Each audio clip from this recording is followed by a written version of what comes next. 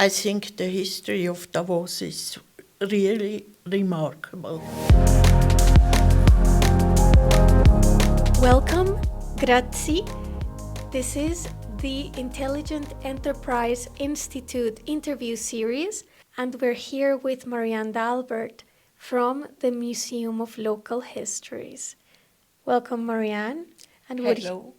Davos is well known for, first of all, being the home to the World Economic Forum, but people don't necessarily know the history behind this.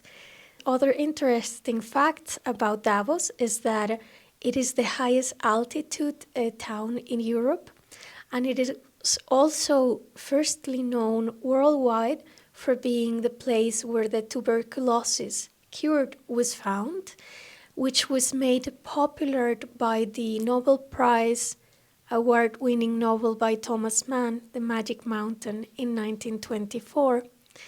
And actually, the cure was a natural cure because people just came here to breathe the Swiss air, and because of this altitude, they will be healed. So it was a healing place. Can you tell us more about this history, Marianne?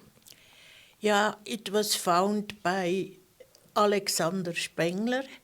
He was the local doctor up here in Davos, but originally he was German and was coming to Switzerland and became the local doctor here and found the healing process of the Liegekur in Davos. And a lot of sanatoriums were built after he found that. And the originally farmers' village was becoming a kurort, and then afterwards a place for winter sports. And between the two world wars, Davos had the Davoser Hochschulkurse with very famous people, Einstein, for instance. And the idea behind it was that it should give a network of academics. Well, and to bring it a little bit forward to today, can you tell us a little bit more about the history of the museum? It was opened in 1942 as Museum of Local History, but the building is very old, from the 16th century, but it was built not as a farmhouse, as a patriarch, aristocrat house.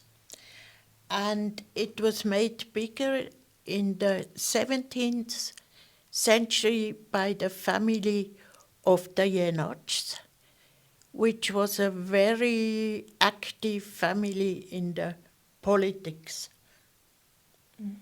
And what other things can we find here in the museum? Yes, we have in the normal exhibition, we have a room for woodwork, Schädler's Raum, and we have a room for textiles, traditional costumes and handiwork, and we have a room, a sleeping room with an enormous bed from the family of Jenatsch. We have a so-called milk kitchen, which school children made to demonstrate what can be made with milk. And in the cellar, we have all the research institutes from Davos and a big relief of the landscape of Davos with the lake. And I think the history of Davos is really remarkable. It is. It started being a healing place, and may that continue.